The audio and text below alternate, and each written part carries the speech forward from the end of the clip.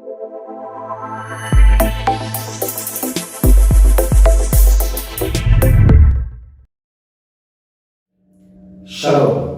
Lanka gospel YouTube channel එකට ඔයගොල්ලෝ හැමෝටම ආරාධනා කරනවා. අද දවසේ අපි ඔයගොල්ලන් ඉස්සරහ කරන්න යන තවත් බයිබලයේ පදනම් වෙච්ච ඉගැන්වීමක් සාකච්ඡා කරන්න යන නිසා අද දවසේ අපි කතා කරන්න යන්නේ යේෂුව වහන්සේ දෙවියන් වහන්සේ අපිට පවත්වන්න කිව්පු සබත් දවස කඩ කළාද? ඒ වගේ මේක කඩ කරන්න ඉගැන්වුවද? ඉතින් මේක අද සභාව තුළ hot topic එකක් කිව්වොත් මම හිතන හරිය. මොකද ගොඩක් අපිට කතා කරන්න හම්බෙන කිතුණු විශ්වාස කරන්නේ යේෂුව වහන්සේ දෙවියන් වහන්සේගේ සබත් දවස කඩ වෙන ආකාරයෙන් හැසිරුණා උන්වහන්සේ ඉගැන්වුවා. ඉතින් ඇත්තටම ඒ දේද ගුණේ කියන එක අද අපි බයිබලයේ අවස්ථා කිහිපයක් අපි සෝදිසි කරනවා. ඒකේ පසුබිම අරගෙන ඇත්තටම මොකද්ද මෙතන වෙච්ච සිදුවීම? නැත්නම් මේ යේෂුව වහන්සේ බොහෝ වෙලාවට අපි දකින්නේ මේ පරිසවරුන් එක්ක ගැටෙන අවස්ථාවේ තමයි යේෂුව වහන්සේ මේ සබත් දවසේ නැත්නම් මේ අවස්ථාවෙන් උගන්වන්නේ. ඒතර පරිසවරුන් එක්ක කතා කරපු වෙලාවේ ඇයි යේෂුව වහන්සේ මේ දේවල් ඉගෙනුවේ? පරිසවරුන්ගේ මුණ ගැසුණාන් පස්සේ පරිසවරුන්ගේ ප්‍රශ්න වලට උන්වහන්සේ උත්තර ඇතුළේ තමයි අපි මේ දේවල් දකින්න යන්නේ. ඒ නිසා අපි පැහැදිලිව බලමු යේෂුව වහන්සේ කඩ කරන්න ඉගෙනුවාද කඩ කළාද? නැත්නම් පරිසවරු විසින් යේෂුව වහන්සේගෙන් අහන ප්‍රශ්න වලට උන්වහන්සේගේ පැහැදිලි කිරීම අර්ථකථනය අපිට දුන්නා. මොකද විවස්ථා නැත්නම් සබත් දවස කියන එක ඇත්තටම දෙවියන් වහන්සේ විසින් මිනිස්යාට දීපු තෑග්ගක්. ඉතින් ඒ තෑග්ග නැත්නම් මේ ආඥාව අපි කොහොමද පවත්වන්න යන්නේ කියන මේ පැහැදිලි කිරීම තමයි අවසානයේ අපි දකින්න යන්නේ. පරිසවරුන්ගේ පැහැදිලි කිරීම මොකද්ද සබත් දවස පැවැත්වීම සම්බන්ධයෙන්? ඒ වගේම යේෂුව වහන්සේගේ පැහැදිලි කිරීම මොකද්ද සබත් දවස පැවැත්වීම සම්බන්ධයෙන්? ඒ ඇර මෙතන කිසි වෙලාවක අපි දකින්නේ සබත් දවස පවත්වන්න යුතුද නැද්ද කියන එක නෙමෙයි තියෙන්නේ. සබත් දවසේදී අපි කළ යුත්තේ නොයුත්තේ මොනවාද කියන ප්‍රශ්නේ විතරයි ඇත්තටම මේ පරිසවරුන් සහ යේෂුව වහන්සේ අතර තියෙන ගැටුම. සබත් දවස පවත්වන්න ඕනේ නැහැ කියන තැන ඉඳන් ඇත්තටම පරිසවරුන් යේෂුව වහන්සේගෙන් ප්‍රශ්න කරන්නේ නැහැ. පරිසවරු අහන්නේ මේ දේ කළ යුතුද ඔබ කියන විදිහට. ඔබගේ අර්ථකථනයට අනුව මේක මොකද? මෙතනදී අපි කරන්න ඕන මොකද්ද? අපේ අර්ථකථනය මේක, ඔයාගේ අර්ථකථනය මොකද්ද? එතකොට ඒක සබත් දවස පැවැත්වීම ගැන ප්‍රශ්නයක් නිසා සබත් දවස පවත්වන්න ඕනේ නැද්ද? ඕනේද කියන ප්‍රශ්නේ නෙමෙයි තියෙන්නේ. ඒ නිසා අපි සෝසි කරමු. අපිට මතෙව් සහ යොහාන් මේ වෙච්ච සිදුවීම් දෙක අපි පාදක කරගෙන ඕගොල්ලන්ට පැහැදිලි කරගන්නවා මේ ඇති වෙච්ච මේ කතාව ඇතුලේ මොකද්ද වෙන්න යන දේ කියලා. ඔව් අපි දකිනවා යේෂුව වහන්සේ මෙහෙ පටන් ගත්ත ගමන්ම ඇත්තටම දෙවියන් වහන්සේගේ වචනේ අර්ථකථනය කරන්න ගන්නේ. අර්ථකථනය කරන්න අරගෙන අපි දකිනවා කන්දුඩ දේශනාවේ පවා යේෂුව වහන්සේ මේ දෙවියන් වහන්සේගෙන් ලැබපු අපි ලබාගත් ආඥා දෙවියන් වහන්සේ දුන්නා වූ ඉගැන්වීම් මේ අදහස නෙවෙයි. පරිසවරු උගන්වපු අදහසක් තියෙනවා. ඒක නෙවෙයි. නුඹලා එහෙම අහලා තිබුණාට නෑ මේක තමයි කරන්න ඕන කියලා අපි මතක පස්සේ පරිච්ඡේදය දකිනවා. ඉතින් මේ කතාව තමයි මේ සබත් දවසට ගලාගෙන යන්නේ. ඉතින් මතක 12 අපි ගත්තොත් එහෙම පළවෙනි උදාහරණේ මතක 12:9 කියනවා උන්වහන්සේ එතනින් පිටත්ව ගොස් ඔවුන්ගේ සිනගෝගයට ඇතුළු වුණසේක. එහි වියලුණු අතක් ඇති මිනිසෙක් සිටියේය. එවිට ඔහු උන්වහන්සේට වරද තබන පිරිස සබත් දවසේදී සුව කරන්න යුතුයදයි උන්වහන්සේගෙන් ඇසුවෝය. දැන් මෙතන අපිට පේනවා පරිසවරු මේගොල්ලෝ උත්සාහ කරන්නේම වරද තබන්න. හොයන විදියක්. සුව කරන්න යුතුයද කියලා අහනවා. උන්වහන්සේ වුන්ට කතා කොට නුඹලා අතරෙන් එක බැටළුවෙක් ඇති කොයි මිනිසෙක් නමුත් ඒකා සබත් දවසේදී වලක වැටුනොත් ඌ අල්ලා ගොඩ ගන්නේ නැද්ද? එසේ වීනම් බැටළුවෙකුට වඩා මිනිසෙක් කොපමණ උතුම්ද? එබැවින් සබත් දවසේදී යහපත්කම් කරන්න යුතුයයි ඔවුන්ට කියා නුඹේ අත දෙකු කරන්නයි මේ මනුෂ්‍යයාට කීසේක ඔහුගේ දිගුකලය එවිට ඒක අනෙක් අතෙන් සුව කියලා. එතකොට අපි දකිනවා යේෂුව වහන්සේ කියනවා සබත් දවසේදී ඕගොල්ලෝ කියනවා මේ සුවය කරන්න එපා කියලා. හැබැයි බැටළුවෙක් වලකට වැටුනොත් ඕගොල්ලන්ට අයිති දෙයක් ඒ සතාව එළියට ගන්නෙ නැද්ද? ඒ සතාව එළියට ගන්නවා නම් සබත් දවසේදී මේ මිනිස්යාට අද සුවය දෙන එක ඊට වඩා ගොඩාක් යහපත් දෙයක් නේද කියලා නේද? අපි දකින්න එතනදී උන්වහන්සේ අපිට පැහැදිලි කරලා දෙනවා උන්වහන්සේගේ ඉගැන්වීමට අනුව සබත් දවස පවත්වනවා නම් කොහොමද අපි පවත්වන්න ඕන කියන එක. නිසා සබත් දවස දැන් පවත්වන්න ඕනේ ඒක කඩ කරලා දාන්න කියන එක නෙමෙයි මේක ඇතුළේ තියෙන සාකච්ඡාව. මොකද අපි කියුවා එතන මතක 12 යුතුයද කියන එක අහන්නේ. මෙහෙම වුණොත් මේක කරන්න යුතුයද? යේෂුව වහන්සේ උත්තර දෙනවා මේක තමයි සබත් දවසේ යුතු දේ. ජීවනයේ නැත්නම් යහපත කරන එක තමයි යුතු දේ මිසක් එතන කිසි වෙලාවක සබත් දවස කවදද සබත් දවස පවත්වන්න ඕනේද දැන් අපිට ඒක අදාළද නැද්ද කියන කිසිම දෙයක් ගැන කතා කරන්නේ නැහැ.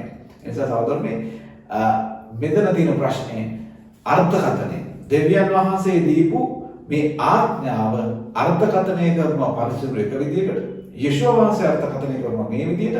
මේ දෙකෙන් හරි එක මොකක්ද කියන ප්‍රශ්නේ විතරයි අපිට අහන්න තියෙන්නේ. ඉතින් යෝහාන් පැහැදිලිව කියනවා යේෂුව වහන්සේගේ අර්ථකථනය තමයි දෙවියන් වහන්සේගේ අර්ථකථනය, පරිසරෝගේ අර්ථකථනය නෙමෙයි.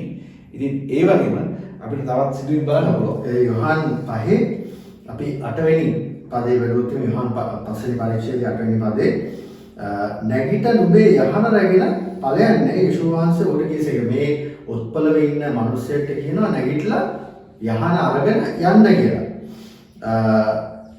ඵලයන්නේ යේෂුව වහන්සේ උඩ කීසේක එකෙනෙහි මේ මිනිස්සයා සුවපත්ව තමාගේ යහන රැගෙන ගියේය. ඒ දවස සබත් දවසයි. එහෙයි යුදෙව්වරු අත සබත් දවසය යහන රැගෙන යන්න යුතු නැතයි සුවකුරුණු ලැබූ මිනිසයාට කියවේ. නමුත් ඔහු ඔවුන්ට උත්තර දෙමින් මා සුව කළ තැනැත්තේ නුඹේ යහන රැගෙන ඵලයන්නේ මට කීසේකයි කීවිය.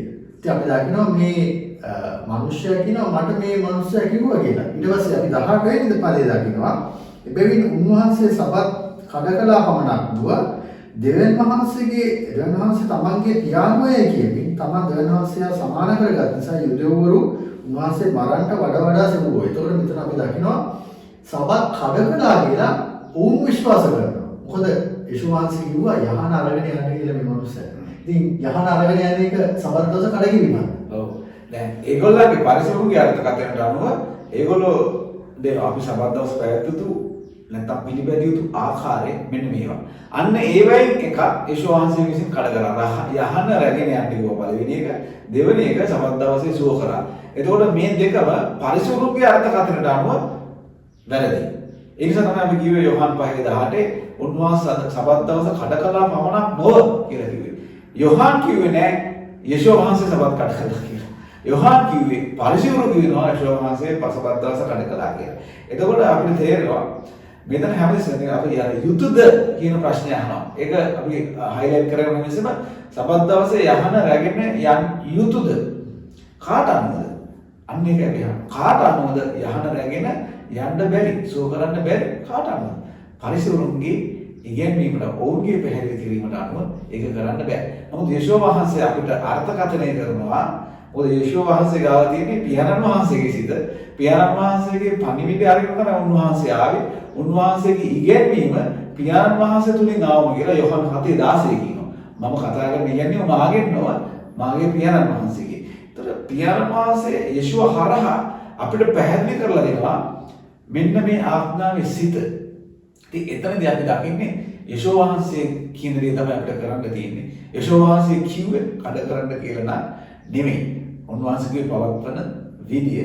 නමුත් පරිසරවල පැහැදිලිවම ඒගොල්ලන්ගේ ක්‍රමවේදයක් දාගෙන ඉන්න. ඒගොල්ලන්ගේ ටීචින් එකක් තියෙන සබත් දවස ගැන. මොකද දැන් යේෂුව වහන්සේ සබත් දවස කඩකලා වෙන්න බෑ. එහෙම වුණා නම් එහෙම උන්වහන්සේ නිකල පූජාවක් වඩපත් වෙන්නේ නැහැ. උන්වහන්සේ කිසිම පාපයක් කළේ නැති වෙන්නේ නැහැ නේ. සබත් දවස් කඩකලා නම් පාපයක් කළා වෙනවා. ඒ නිසා අපි දන්නවා යේෂුව වහන්සේ කඩකලේ නැහැ. හැබැයි යුදෙව්වරුන්ගේ ක්‍රමයට නැත්නම් පරිසරවරුන්ගේ ක්‍රමයට ඔවුන් හිතුව මේක කැඩුවා කියලා. හැබැයි දෙවියන් වහන්සේගේ අසිරිය පිට යේෂුව වහන්සේ කැඩුවේ නැහැ. ඒතකොට අපි අනිත් එක මේ යේෂුව වහන්සේ සබත් දවස ගැන කියන හැම දෙයක්ම බැලුවොත් එම යේෂුව වහන්සේ හැමතිස්සෙම කියන්නේ යහපත කිරීම ගැන. මේක ගැන හොඳටම පේනවා මාක් දෙවෙනි පරිච්ඡේදයේ 27 වෙනි පදයේ යේෂුව වහන්සේ කියනවා මේ සබත් දවස ගැන මෙහෙම උන්වහන්සේ ඔවුන්ට කියනසේ මිනිස්යා සබත් දවස උදෙසා නොව සබත් දවස මිනිස්යා උදෙසා නියම කරන ලද්දේ. මිනිස්යා සබත් දවස උදෙසා නොව සබත් දවස මිනිස්යා උදෙසා මොකද්ද මේකේ අදහස? ඒ කියන්නේ දැන් අපි සේවය කරන්නේ සබත් දවසට නෙමෙයි. මිනිස්යාව දෙවියන් වහන්සේ නැගුවේ සබත් දවසට සේවය කරන්න නෙමෙයි. සබත් දවස මිනිස්යාට සේවය කරන්න. නැත්නම් මිනිස්යාගේ අවශ්‍යතාවය, මිනිස්යාගේ ප්‍රයෝජනය සඳහා සබත් දවස් තිබ්බා. එතකොට අපි දකිනවා අපිට රෙස්ට් කරන්න කියලා කිව්වේ. වැඩ කරන්නේ නවත්තලා පවුලත් එක්ක ගත කරන්න දෙවියන් වහන්සේ අභිමුඛයට එන්න. මේ දේවල් අපිට ලැබෙන දායාදයක්.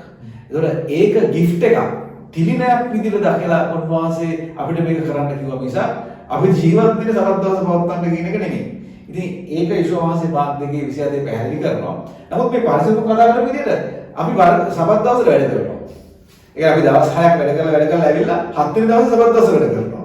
7 වෙනි දවසේ දවස් 6ක කර්මාන්තය කරපු නිසා දැන් උන්වහන්සේ අපිට රෙස්ට් එකක් දීලා තිනවා. ඒ රෙස්ට් එක ගන්න දවස් තමයි සබත්. එහෙනම් මේක කොච්චර ලස්සන දවසක් වෙන්න ඕනද? නමුත් පරිසරෝගේ ගැනීමට අරුව මේක ලොකු බරක්. මේක පවත්වද්දි මෙන්න මේ දේවල් කරන්න ඕන. එතකොට ඕගොල්ලෝ මේව කරොත් වැරදි. ඉතින් අන්තිමට මේ අර්ථකථනය ඇතුළේ යේසුස් වහන්සේ කියනවා යහපත කරන එක පවා නුඹලා වළක්වලා තිනවා. නිවැරදි දේ දෙවියන් වහන්සේගේ ආඥාවේ සිත ජීවනයේ උන්වහන්සේ ඊශ්වරට ආඥා දෙද්දී නුඹලා ජීවත් වෙන පිණිස වැඩි වී වර්ධනය වෙන පිණිස ජීවනය ලබා ගන්න පිණිස මේ ආඥා කරන්න කියලා. ඒකෝර සබත් දවස් තුල තියෙන්නේ ජීවත් වෙන එක. මැරෙන එකක් නෙමෙයි. නමුත් අපි දකිනවා කොටලුවා වලට වැටුනම ගන්න බැරි එකක් නම් තියෙන්නේ. එතන තියෙන්නේ මරණය. ඒක දෙවියන් වහන්සේගේ සිත නෙමෙයි. උන්වහන්සේ සුව කරන්න කියනවා මිසක් සුව කරන්න එපා කියන්නේ නැහැ. මොකද සුවය ලබනවා කියන එක මනුස්සයාට තියෙන ජීවනය. ඉතින් මේ සම්පූර්ණයෙන්ම විකෘති වුණා මේ පරිසරුන්ගේ අර්ථකථන නිසා සබත් දවස ගැන. ඉතින් යේසුස් වහන්සේ කඩකලා නෙමෙයි අර්ථකථනය දුන්නා අපිට. අලුත් අර්ථකථනයක් දෙනවා. මොකද මේ කාලේ වෙනකොට පරිසවරුන්ට ආවේනික වූ අර්ථකථනයක් තියෙනවා. ඔවුන්ගේ ක්‍රමයක් තියෙනවා මේ ව්‍යවස්ථාව දෙවනාංශගේ ආඥාව දෙවනාංශගේ ඉගැන්වීම් තේරුම් ගත්ත ක්‍රමයක් තියෙනවා. ඔවුන් එකතු කරගත්ත දේවල් තියෙනවා. මේක යේසුස් වහන්සේ මාර්ක් 7 වෙනි පරිච්ඡේදයේ කියන ලස්සනටම මාර්ක් 7 වෙනි පරිච්ඡේදයේ දෙකේ ඉඳන් කිව්වොත් එහෙම උන්වහන්සේගේ ගෝලයන්ගෙන් සමහරුන් අපවිත්‍ර වූ එනම් නොසේදූ අත්වලින් කෑම කනවා ඒ පරිසවරුන් දුටුවෝය. මක්නිසාද පරිසවරුත් සියලු යුදවරුත් වැඩිමහල්ලන්ගේ පරම්පරාගත නියෝග ආරක්ෂා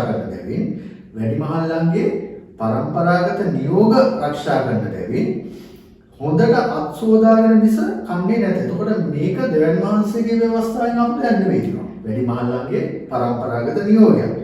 ඒක එතන කියන හතරවෙනි පදේ කඩේ සිට ආවම ඔවුන් තමුන්ම සෝදාගෙන මිස ඔවුන් කෑම නොකති. ඔවුන් විසින් ආරක්ෂා කරන්නට පිළිගෙන තිබෙන වෙනත් බොහෝ දේ ඇත.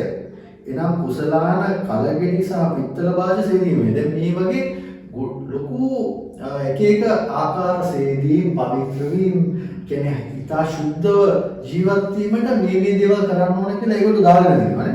මේක ගැන යේසුස් වහන්සේ ලස්සනට කියනවා. යේසුස් වහන්සේ උත්තර දෙමින් කියනවා පරිසුදු ලියන්නෝද උන්වහන්සේට කතා කරලා ඔබගේ ගෝලයන් වැඩිමහල්ලන්ගේ නියෝග ලෙස නොහැසිර අපවිත්‍ර වූ අත්වලින් කෑම කන්නේ මක්නිසාද ඇසුව. ඒතකොට මෙතනදී ඒගොල්ලෝ අහනවා මේ ගෝලියෝ මෙහෙම කරන්නේ නැත්තේ. අපේ මේ තියෙන ක්‍රමයක් තියෙන ඒ ක්‍රමයට තමයි ඔයගොල්ලෝත් ඉන්න ඕන කියලා. එතකොට යේසුස් වහන්සේගේ උත්තරේ උන්වහන්සේ උන්ට කියසේ මේ සෙනග ඔවුන්ගේ තොල් වලින් මට ගෞරව කරති. එහෙත් ඔවුන්ගේ සිත මාගෙන් දුරය. මනුෂ්‍යයන්ගේ ශික්ෂාවන් ගුරුකම් කොට උගන්වමින් නිරාර්ථකයේ මට නමස්කාර කරති. ලියාති වෙන ලෙස වංචාකාර වූ නුඹලා ගැන යසායා මනාලස අනාගත වාක්‍ය කීයේ. නුඹලා දෙවියන් වහන්සේගේ ආඥාව හැරදමා මනුෂ්‍යයන්ගේ නියෝග ආරක්ෂා කරන්නේ කීසේ. එතකොට අපිට පේනවා දෙවියන් වහන්සේගේ ආඥාවයි මනුෂ්‍යයන්ගේ නියෝගය කියන එක යේසුස් වහන්සේ වෙන් කළා කියන ඕගොල්ලෝ කරන්නේ දෙවියන් වහන්සේගේ කැමැත්ත. දෙවියන් වහන්සේගේ කියන්නේ නෙවෙයි ඕගොල්ලෝ දාගත්ත දෙයක් කියලානේ. ඒතර කියනවා ඔවුන් විසින් ආරක්ෂා කරන්න දාගත යුතු දේවල් ගොඩක් තියෙනවා. ඒ කියන්නේ ඔවුන් විසින් ආරක්ෂා කරන්න ඔවුන් නියම කරගත්ත දේවල් තමයි දැන් මේ වෙන්නේ. දෙවියන් වහන්සේ කියපු දේවල් නෙමෙයි. ඒ නිසා යේසුස් වහන්සේගේ පැහැදිලි කිරීම එදා ඒ කාලේ තිබ්බ ඉගැන්වීමට ඇත්තම කණේ බහරක්. ඒ නිසා යේසුස් වහන්සේ පිළිකුල් වෙනවා මේ සෙනග ඉස්සරහා. මේ විශේෂයෙන් පරිසවරුන් මේ ගුරුවරුන් විවස්ථාව උගන්වන කට්ටිය ඉස්සරහා මොකද ඒගොල්ලන්ගේ ඉගැන්වීම අභිබව යේසුස් වහන්සේ උගන්වන නිසා මිනිස්සුන්ට පැහැදිලිවම යේසුස් වහන්සේගේ ඉගැන්වීම හරිය කියලා පේනවා. නමුත් මේ සිස්ටම් එකට මේ ආගමකට යටත් වෙච්ච සෙනඟට මේක පිළිගන්න අමාරුයි. මොකද අපි මෙච්චර කල් පරම්පරාවට ආරක්ෂා කරගෙන ආපු දේවල් මේ ඇවිල්ලා මෙන්න කඩ කරන්න දැන් උගන්වනවා. ඒ නිසා යශෝවංශල දැක්කේ සතුරෙක් විදියට මිසක් දෙවියන් වහන්සේගේ අර්ථකථනය කරන දෙවියන් වහන්සේගේ නියම ගුරුවරයා කියන එක නෙමෙයි. ඉතින් මේ ප්‍රශ්නේ තමයි අපි දේවවචනේ පුරාම යශෝවංශේ පරිසුද්ධ අතර තියෙන ගැටීම. ඉතින් ඇත්තටම අවසානයේදී දෙවියන් වහන්සේ විසින් මෝසෙස්ට දුන්නා වූ මේ මෝසෙස්ගේ ව්‍යවස්ථාව. එහෙම නැත්නම් දෙවියන් වහන්සේගේ ව්‍යවස්ථාව හරියටම අපි පවත්වන්න ඕන විදිය පැහැදිලි කරලා අර්ථකථනය කරේ යශෝවා වහන්සේ. ඉතින් ඒ නිසා මේ යශෝවා වහන්සේ අපිට ව්‍යවස්ථාව පවත්වන්න කියපු විදියට දැන් දේවචරිතය අපි දකින අලුත් නාමයක් හැදෙනවා මේකට. ක්‍රිස්තුස් වහන්සේගේ ව්‍යවස්ථාව කියලා. ඒතර ක්‍රිස්තුස් වහන්සේගේ ව්‍යවස්ථාව කියලා කිව්වම ගොඩක් හිතනවා මෙන්න අර සබත් දවස කඩ කරලා ඒ දේවල් ඔක්කොම එපා කියපු ක්‍රිස්තුස් වහන්සේ දැන් අපිට අලුත් ව්‍යවස්ථාවක් දුන්නා. ක්‍රිස්තුස් වහන්සේගේ ව්‍යවස්ථාව අපි යටත් වෙන්නේ ඒකට කියලා.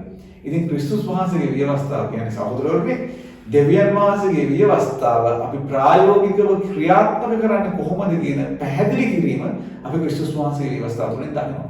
සබත් දවස පවත්වනවා නම් අපි පැවැත්විය යුත්තේ කොහොමද කියන එක දකින්නේ ක්‍රිස්තුස් වහන්සේගේ ව්‍යවස්ථාවෙන්. ඉතින් ඒක අලුත් ව්‍යවස්ථාවක් නෙමෙයි පැහැදිලි කිරීමක් පමණයි. අලුත් දෙයක් ක්‍රිස්තුස් වහන්සේ එකතු කරන්න ආව නෙමෙයි පැහැදිලි කරන්න ආව විතරයි. ඒ නිසා තමයි මතේ 5:17 උන්වහන්සේ කියන්නේ මම අනාගත වාක්‍ය ව්‍යවස්ථාව අවලංගු කරන්න නෙමෙයි සම්පූර්ණ කරන්න නැත්නම් පැහැදිලි කරන්න අර්ථය දක්වන්න තමයි ආවේ කියලා කියන්නේ. ඔව් මොකද අපි දකිනවා දෙවියන් වහන්සේ දුන්නා වූ මේ ආඥාවල සාරාංශය ගත්තොත් එහෙම දෙවියන් වහන්සේට ප්‍රේම කිරීම සහ අසල්වසියාට ප්‍රේම කිරීම තමයි සාරාංශය.